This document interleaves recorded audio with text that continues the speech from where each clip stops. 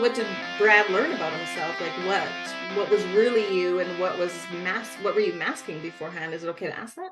Yeah, it's totally fine. So I don't know if I was necessarily masking anything super traumatic. Mhm. And what I mean by that is I was fortunate. Like I had a great childhood Yes. growing up. So I have that perspective of growing up white, middle class. I knew we weren't rich. I knew we weren't poor though. I knew we were right in the middle, and I didn't have to worry about food on the table. I didn't have to worry about a roof over my head, which are two huge things. I Mhm. know other kids that did, and you kind of knew who they were. Yes. So I didn't have to deal with that, but I think I don't know if it was I'm the oldest of four, so I don't know if it was, trying to fit in. I wasn't I was very much a follower. Gosh, I was such a follower, especially in high school.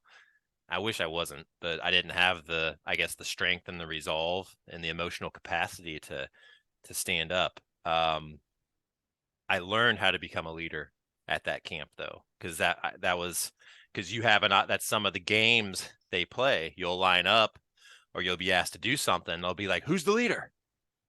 I don't know. You leader, you leader. And if there's not a leader, guess what? You're all paying right now. Boom. And you don't want that.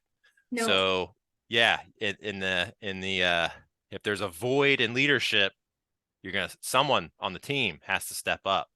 It's one of the things you learn, and that's a huge one you can carry into life. Because a Mhm. lot of times we'll have experiences, whether it's at work, maybe you're on that conference call and it's kind of getting awkward and everybody can feel it, but someone's afraid to speak up. Be that person to speak up. You know what I mean? Why not? Yep. Why not? So that's something that was revealed to me, that I was a pretty weak leader going into that for sure. And then I'd say the other thing there was, even though I was married and had kids, I was still pretty selfish. Yeah. Like it was just I was selfish with my time, like wanting to go out with friends, or I'd spend 3 hours working out. But by the time I'd go to the gym, be there 2 hours, come back. Yeah, it's good for me, but I'm away from my family too. Yeah. I never really thought of it in terms of that. So it revealed to me that camp, because you can't get through it solo. It's not designed that way.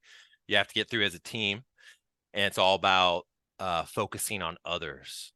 That was the big one of the big ways I managed to get through that, was when the shit hit the fan and I was on the pain train. Instead of focusing on myself and how bad I feel, I would focus on the person on my right or the person on my left. And that does two things. One, takes me out of my own mind and onto them, and that helps them out. So you're helping them, you're helping yourself. Yeah.